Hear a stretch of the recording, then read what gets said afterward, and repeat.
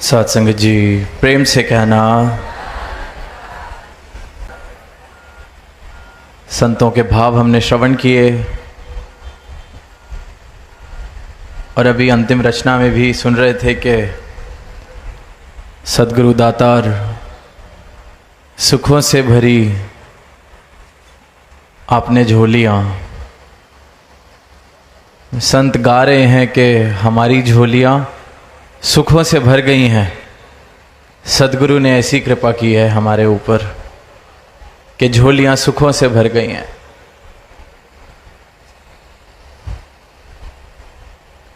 अब समझने वाली बात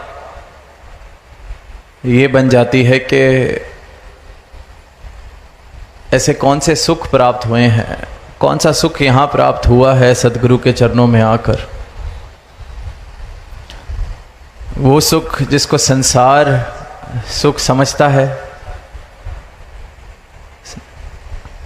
दुनियावी दौलत,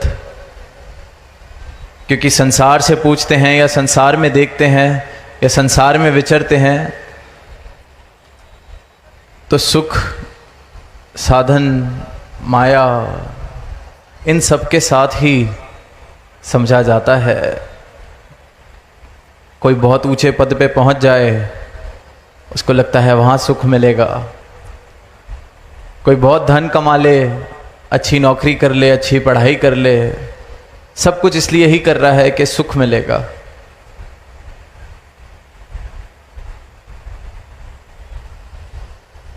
सुख के लिए सारा संसार दौड़ रहा है, माया कमा रहा है, धन कमा रहा है, संघर्ष कर रहा है, ऊंचे रुतबों पर पहुंचने का प्रयास कर रहा है, पहुंच भी रहा है। पर अगर इन्हीं सब सुखों की बात हो रही है तो ये वाले संसारिक सुख, मायावी सुख तो सारी ही दुनिया के पास है। जो जो प्रयास कर रहा है पा ही लेता है किसी न किसी मात्रा में। और जब संत ये गीत गा रहे हैं कि सद्गुरु ने भरी झोलियां, सुखों से भरी झोलियां, तो जो ये संसार की उपलब्धियां हैं, संसार जिसके पीछे दुनिया दौड़ रही है, अगर इसी सुख की बात संत भी कर रहे हैं तो दुनिया में ऐसे अनेकों लोग हैं जो इस परमात्मा में विश्वास भी नहीं करते, परमात्मा को मानते भी नहीं, पर ये संसारिक सुख जिनको संसारिक नज़र से देखा जाता है वो तो इतनी बहुमूल्य मात्रा में उनके पास हैं। जो सद्गुरु की शरण में नहीं भी आए, संसारिक सुख की तुलना करें तो शायद न जाने ऐसे कितने लाखों करोड़ों लोग होंगे जिनके पास ये मायावी धन दौलत बहुत बहुत बड़ी मात्रा में है। सद्गुरु की शरण में ना आना एक बात, जो परमात्मा में नहीं भी मानते तो फिर परमात्मा को पा लेने से या सद्गुरु की शरण में आने से ऐसा कौन सा सुख प्राप्त हो रहा है जो ये संत कह रहे हैं सुखों से भरी झोलियाँ। क्योंकि ये संसारिक सुख की तो बात नहीं की जा रही, ये संसारिक पदार्थों की बात तो नहीं की जा रही, ये धन दौलत की बात नहीं की जा रही। क्योंकि जिसने उसकी प्राप्ति की है वो भी सुखी तो मालूम नहीं होता। संसार में देख रहे हैं इन उपलब्धियों की प्राप्ति से कौन सुखी हुआ है। और ये आज की बात नहीं है, पहले से ही लिखा है, दुखिया कुल संसार, सुखी केवल राम का दास। आज की बात नहीं, शुरू से ही जब से ये इंसान है, संसार भी है, संसार में सुख पाने की जिसने प्रयास किया है वो सुखी कब हुआ। क्योंकि जो संसारिक पदार्थ हैं, संसारिक सुख हैं, क्षणभंगुर हैं, क्षणिक, कुछ समय के लिए कुछ सुविधा उनसे मुझे मिलती है, मन थोड़ी देर के लिए बहल जाता है, खुश हो जाता है। थोड़ी देर के लिए शायद मुझे लगता है कि मुझे सुख मिल गया है, पर फिर वही कहानी। तो संसार से सुख प्राप्त किया किसने है? कोई नहीं मिलेगा जो कहेगा संसार से सुख प्राप्त हुआ है। क्षणभंगुर से सुख प्राप्त हो कैसे सकता है? खुद सोच के देखें। धूप का दिन हो, गर्मी लग रही हो, छाया की तलाश हो,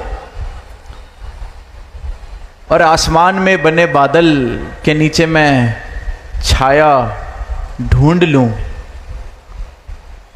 कितनी देर उस छाया को प्राप्त कर सकूंगा उस बादल से? हवा के झोंके से उड़ जाएगा वो बादल, फिर वही धूप में यात्रा करनी पड़ेगी।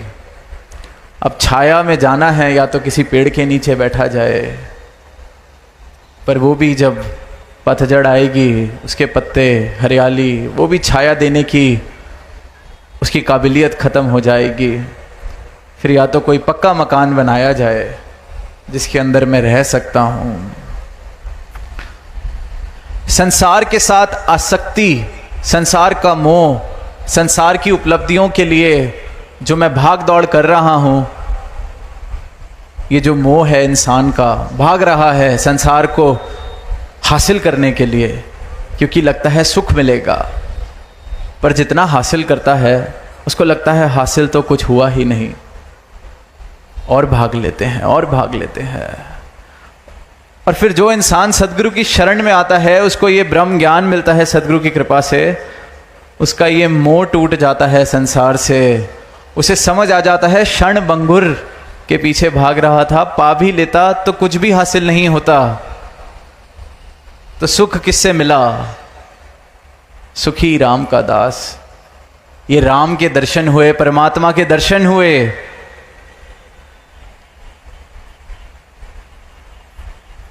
क्षणभंगुर से शाश्वत की ओर मेरा मुख हो गया। क्षणभंगुर की तरफ भाग रहा था, पा भी लेता तो सुख नहीं मिलना, खत्म हो जाना है, बदल जाना है। भ्रांति है एक इंसान को, और उस भ्रांति इतनी गहन है, वो भ्रांति इतना गहन है, वो बुलेखा कि कुछ हासिल नहीं होता, फिर भी दौड़ता रहता है, दौड़ता रहता है, दौड़ता रहता है। सुखी कैसे हो सकता है वो इंसान बिना कुछ हासिल किए? क्षणभंगुर के पीछे दौड़ रहा है। फिर सदगुरु सही मायनों में सुखी करते हैं। ये शाश्वत, ये अविनाशी, ये मुझे दे देते हैं।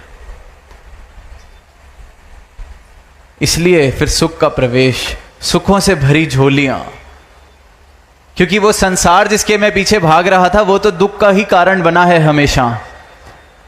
जिसने कुछ हासिल किया उसके लिए भी दुख का कारण, जिसको नहीं मिला उसके लिए भी दुख का कारण, क्योंकि बदल रहा है, क्षणभंगुर है, चलायमान है, हासिल ही नहीं होता।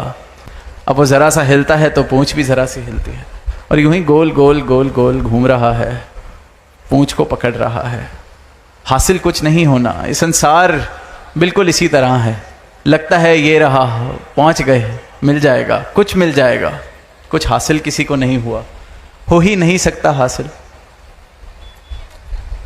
क्योंकि क्षणभंगुर है, बदल रहा है। हासिल करने लायक सिर्फ और सिर्फ ये सत्ता है अविनाशी, ये राम, रमा राम, कण कण में समाया राम। ये हासिल हो जाए, इसके दर्शन हो जाएं, तो भ्रांतियां जीवन से खत्म हो जाती हैं।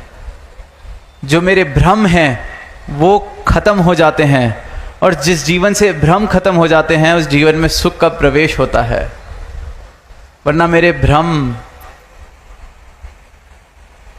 मेरे आसपास दीवारें खड़ी करते हैं, और जो दीवारें खड़ी होती हैं वो फिर नफरत पैदा करती हैं, वो वैर पैदा करती हैं, वो बंटवारे पैदा करती हैं, वो मुझसे ऐसे कर्म करवाती हैं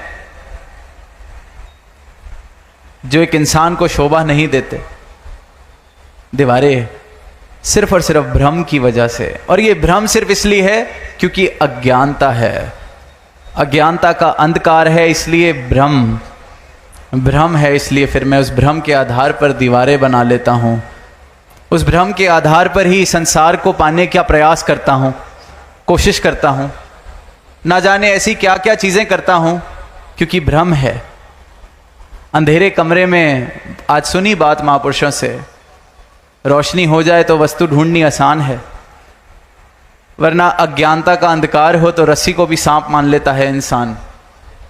सद्गुरु रोशनी देते हैं। ये क्षणभंगुर संसार क्षणभंगुर लगने लगता है, दिखने लगता है, समझ आ जाता है कि इसके पीछे इस प्रकार पागल की तरह दौड़ूंगा तो सुख थोड़ी मिल जाएगा।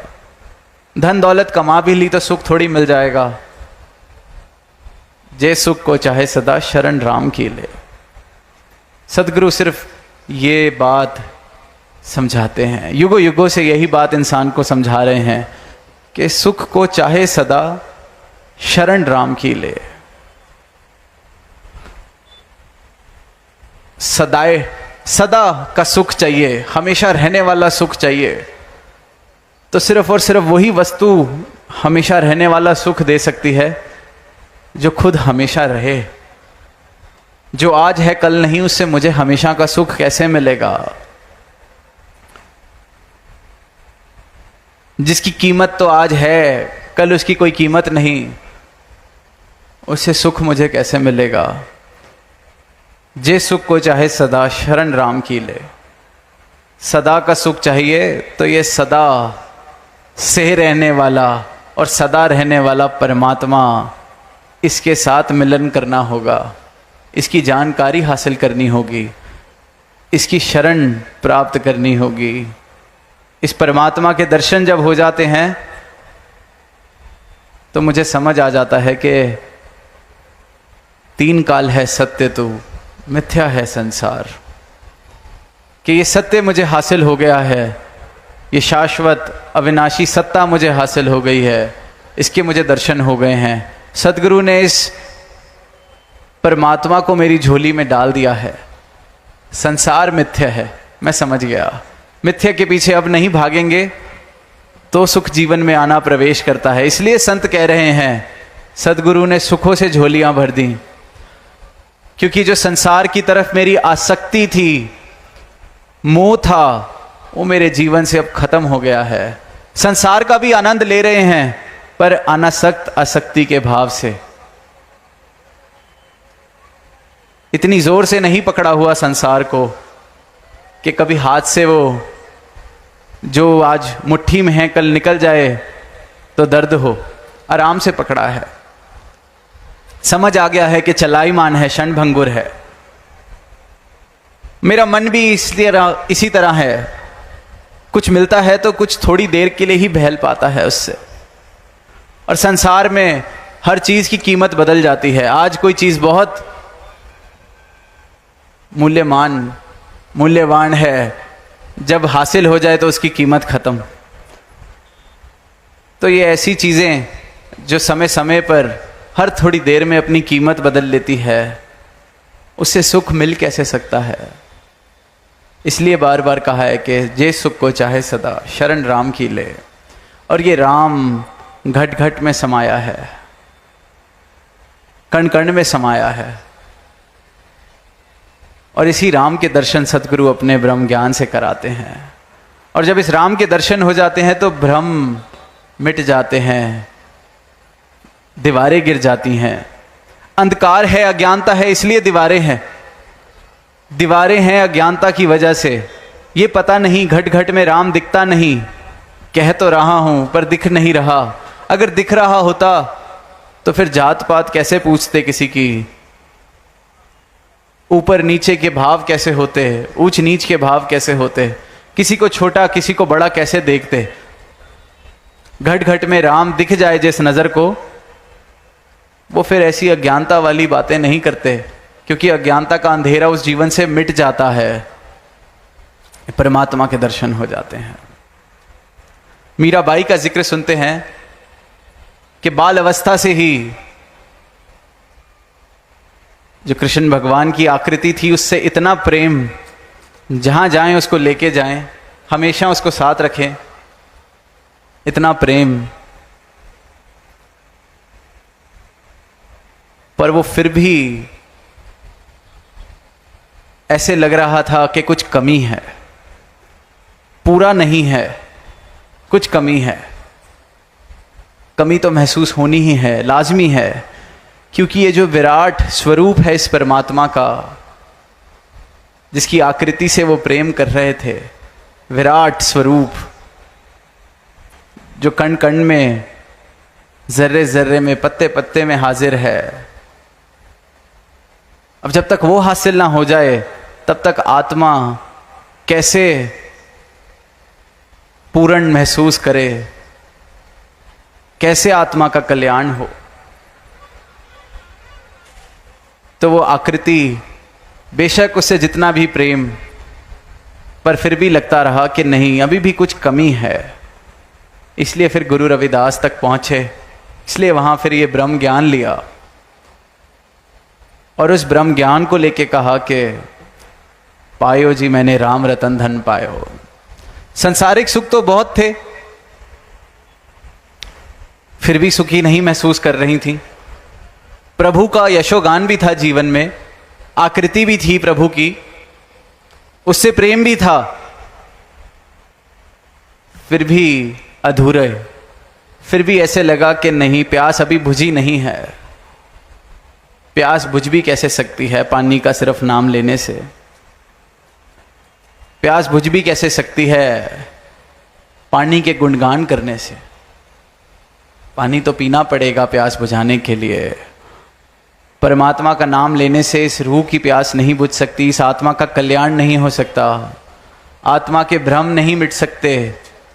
परमात्मा को हासिल करना होगा, देखना होगा, ये परमात्मा मेरे जीवन में आना होगा, सही मायनों में आना होगा, वरना तो फिर वही अंधकार और अज्ञानता के कारण भ्रम, अधूरापन, और उस भ्रम में मैं ना जाने क्या क्या कर जाता हूँ। कल शाम को लालगंज में सत्संग के लिए पहुँचे तो खूब बरसात हुई। अब बरसात तो हो ही रही थी, पर बहुत ज़ोर से रास्ते में भी और उस सत्संग के दौरान भी बिजली, खूब ज़ोर से बिजली कड़क रही है, बरस रही है। तो मन में ख्याल आया कि ये तो विज्ञान के कारण आज इंसान समझ चुका है कि बिजली किस कारण से बनती है। वही विज्ञान है जिस कारण से इलेक्ट्रिसिटी, बिजली हम घर में जिसका उपयोग करते हैं। वरना जब तक इंसान को इस बात का ज्ञान नहीं था तो इंसान डरता था बिजली से। अभी भी जब ज़ोर से कड़कती है तो एक बारी के लिए ध्यान जाता है कि पता नहीं क्या हो गया, जबकि मालूम है कि एक वैज्ञानिक कारण है इसके पीछे। पर जब ये बात नहीं पता थी इंसान को कुछ सदियों पहले, तो इंसान की हालत सोचें, कितना डरता होगा इस बिजली से। और वहीं ये भ्रम था, क्योंकि उसके पीछे का ज्ञान नहीं था, तो भ्रम के कारण सोचता था कि आसमान में बैठे हुए देवता नाराज हो गए हैं, हमसे कुछ पाप हो गया है। और फिर डरता ठरता, हे देवता हमें माफ कीजिए। पता नहीं कितने यज्ञ किए ऊपर बैठे देवता को शांत कराने के लिए, शायद बलियां भी चढ़ा दी होंगी ऊपर वाले देवता को शांत कराने के लिए। अब जब भ्रम मिटा, ये ज्ञान हुआ, तब ऊपर तो कोई देवता बैठा नहीं जो बिजली फेंक रहा है इंसान पर नाराज होके उससे, क्योंकि ज्ञान, रोशनी। इसी प्रकार अंधकार और अज्ञानता सिर्फ और सिर्फ भ्रमों का कारण बनती है। और आज भ्रमों के कारण ही, अज्ञानता के कारण ही इंसान इंसान से वैर कर रहा है।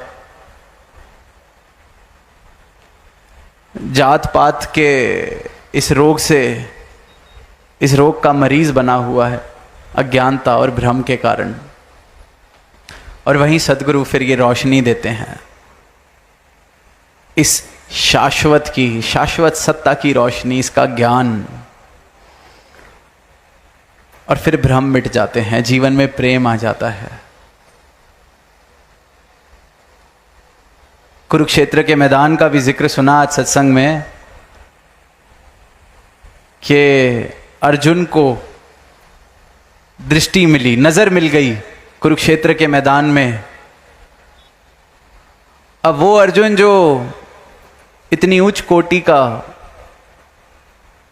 योद्धा, हम सब ने सुनी है वो कहानी के मछली की आंख को साधा और तीर मार के उसकी आंख को आर पार कर दिया उस तीर से। तो आंख और नज़र तो बहुत पैनी पहले से ही होगी, फिर भी कहा कि नज़र मिली।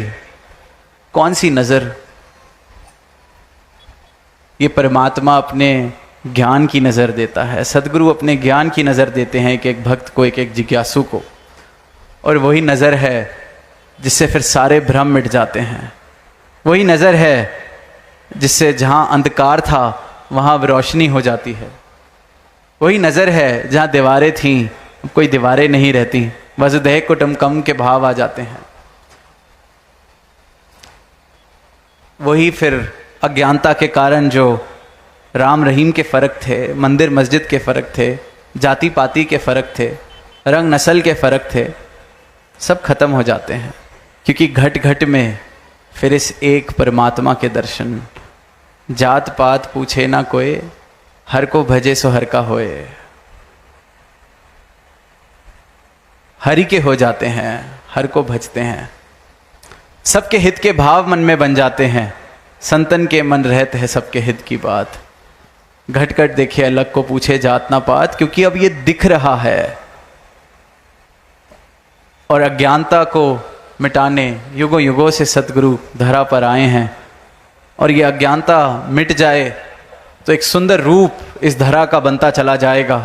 एक एक इंसान अपने इस परमात्मा जिसका वो नाम ले रहा है, इसके दर्शन कर सकेगा, अपनी आत्मा का कल्याण कर सकेगा। और अपनी आत्मा का कल्याण करते चले जाएं, इस परमात्मा को सही मायनों में प्राप्त कर लें, खुद की पहचान कर लें। और जब खुद की पहचान हो जाए, इस परमात्मा को प्राप्त कर लें, तो फिर जीवन में प्रेम ही प्रेम प्रवेश कर जाता है। फिर सही मायनों में इंसान सुखी हो जाता है। फिर सुखों से झोलियां सही मायनों में भर जाती हैं। फिर हर इंसान वो कह रहा है जिसने प्राप्त किया है इस राम को, रमे राम को, कि जे सुख को चाहे सदा शरण राम की ले। क्योंकि इस राम की शरण के अलावा सुख कहीं नहीं है। सिर्फ एक भ्रांति, एक भ्रम जरूर है कि सुख मिल जाएगा। फिर अपने ऊपर ही वो हंसी आती है। उस कुत्ते पर देख के तो मैं हंसता हूं कि अपनी पूंछ के पीछे भाग रहा है। कहाँ पकड़ सकता है? हंसते हैं हम सब ऐसा नज़ारा देख के। और फिर जब अपने ऊपर ये जब रोशनी जाती है तो दिखता है मैं भी तो इस संसार के पीछे ऐसे ही दौड़ रहा था। फिर खुद पर भी हंसी आती है और शुक्राना निकलता है सदगुरु का कि शुक्र है मैं अपनी ही दुम के पीछे भाग रहा था। मिलना कुछ था नहीं, हासिल कुछ होना नहीं था, ऐसे ही संसार के पीछे भाग रहा था। आपने कृपा की, राम की शरण बख्शी, अपनी शरण बख्शी, तो मैं भी कह पा रहा हूं कि जे सुख को चाहे सदा शरण राम की ले। तो दास भी यही बेनती कि सदा का सुख प्राप्त किया जा सकता है, बस सदगुरु की शरण में समर्पण करना है और ये रमा राम हम सबको प्राप्त हो सकता है। प्रेम से कहना धन्यवाद।